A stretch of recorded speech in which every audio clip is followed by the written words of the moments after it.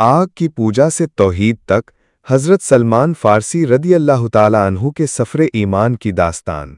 हज़रत सलमान फ़ारसी रदी अल्लाह अन्हु की हक़ की तलाश की दास्तान निहायत ही सबक आमूज़ और ईमान अफरोज़ है। ये दास्तान उनकी सच्ची लगन, अज़्म और अल्लाह की रज़ा के हुसूल की बेहतरीन मिसाल है। इब्तिदाई ज़िंदगी और मजूसियत। हज़रत सलमान फ़ारसी रदी अल्लाह अन्हु का ताल्लुक़ ईरान के शहर असफ़गान के एक गांव जी से था। आपके वालिद वहाँ के ज़मींदार और गांव के सरदार थे और मजूसी यानी आग की पूजा करने वाले मज़हब के पैरोकार थे।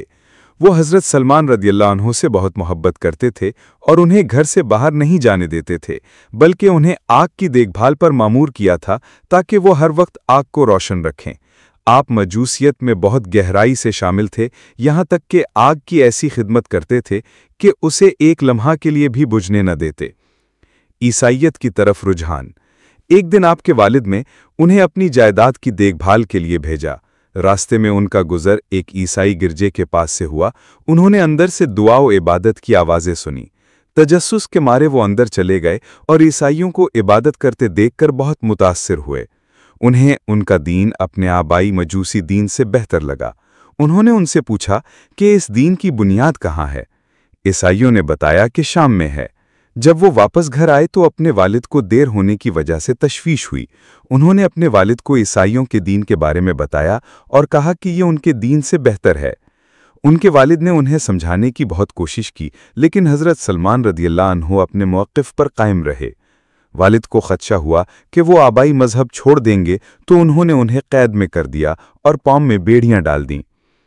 हक़ की तलाश में सफ़र।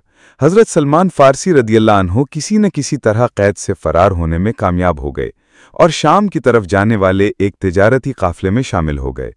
शाम पहुंचकर वो वहाँ के सबसे बड़े ईसाई मजहबी पेशवा के पास रहने लगे। वो ये देखकर बहुत खुश हुए कि उन्हें हक़ की तलाश में एक सच्चा राहिब मिल गया है, लेकिन कुछ अरसे बाद उन्हें पता चला कि वो पादरी बेदयानत है और लोगों के सदक़े के अमवाल खुद रख लेता है और मिस्कीनों को नहीं देता।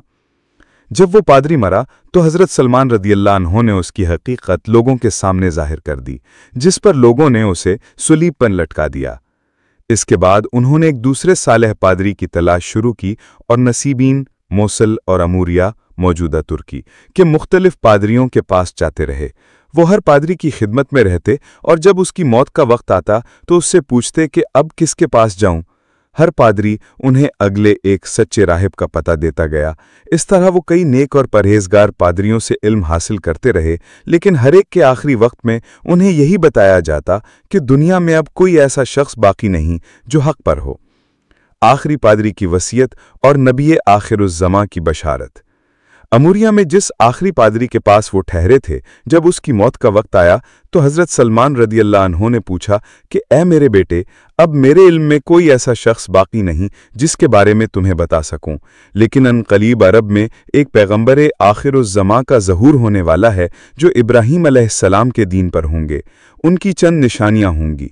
वो सदका नहीं खाएंगे, हदिया कबूल करेंगे और उनके दोनों कंधों के दरमियान महर नबूवत होगी। अगर तुमसे हो सके तो उनसे ज़रूर मिलना। मदीना का सफ़र और ग़ुलामी।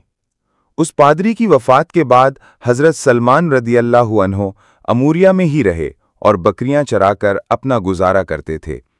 एक दिन अरब ताजरों का एक काफ़िला वहां से गुजरा। हज़रत सलमान रदी अल्लाह अन्हु ने उनसे कहा कि अगर तुम मुझे अरब पहुंचा दो तो मैं अपनी तमाम बकरियां तुम्हें दे दूंगा।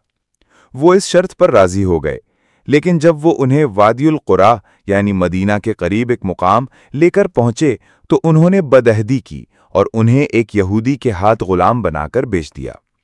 उस यहूदी ने उन्हें मज़ीद एक और यहूदी के हाथ बेच दिया जो यसरब यानी मदीना का रहने वाला था। मदीना आमद और नबी की ज़ियारत। जब हज़रत सलमान रदी अल्लाह अन्हु यसरब पहुंचे और खजूर के दरख्तों के झुंड देखे तो उन्हें एहसास हुआ कि अब उनकी तलाश खत्म होने वाली है। एक दिन वो अपने यहूदी मालिक के लिए खजूर के दरख्त पर काम कर रहे थे कि उनका मालिक दौड़ता हुआ आया और कहने लगा, अल्लाह की कसम, कबीला बनी कैला के लोग कुबा में एक शख्स के गिर्द जमा है जो नबी होने का दावा कर रहा है। हज़रत सलमान रदी अल्लाह अन्हु ने यह सुनते ही बेचैनी महसूस की और जल्दी से दरख्त से उतरे और अपने मालिक से पूछा, کیا کہہ رہے ہو؟ مالک نے انہیں ایک تھپڑ مارا اور کہا، تمہیں اس سے کیا غرض، اپنا کام کرو۔ شام کو حضرت سلمان رضی اللہ عنہ کچھ کھجوریں لے کر نبی اکرم صلی اللہ علیہ وسلم کی خدمت میں حاضر ہوئے، جو اس وقت قباء میں تشریف فرما تھے۔ انہوں نے عرض کی، یہ صدقہ ہے آپ کے لیے۔ نبی اکرم صلی اللہ علیہ وسلم نے اپنے صحابہ کو فرمایا کہ وہ کھائیں، لیکن خود نہیں کھایا۔ حضرت سلمان رضی اللہ عنہ نے یہ دیکھ کر سوچا کہ یہ پہلی نشانی تو پوری ہو گئی۔ اگلے دن وہ دوبارہ کچھ کھجوریں لے کر آئے اور عرض کیا، یہ ہدیہ ہے آپ کے لیے۔ نبی اکرم صلی اللہ علیہ وسلم نے خود بھی کھایا اور صحابہ کرام رضی اللہ عنہم کو بھی کھلایا۔ حضرت سلمان رضی اللہ عنہ نے دیکھا کہ یہ دوسری نشانی بھی پوری ہو گئی۔ قبول اسلام اور آزادی۔ تیسری نشانی مہر نبوت کی تصدیق باقی تھی۔ ایک دن نبی اکرم صلی اللہ علیہ وسلم جنت البقیع میں ایک جنازے میں شرکت کے لیے تشریف لائے۔ حضرت سلمان رضی اللہ عنہ پیچھے کی طرف بے تابی سے دیکھ رہے تھے۔ جب نبی اکرم صلی اللہ علیہ وسلم نے اپنی چادر مبارک ہٹائی تو حضرت سلمان رضی اللہ عنہ نے مہر نبوت کو دیکھا اور پہچان لیا۔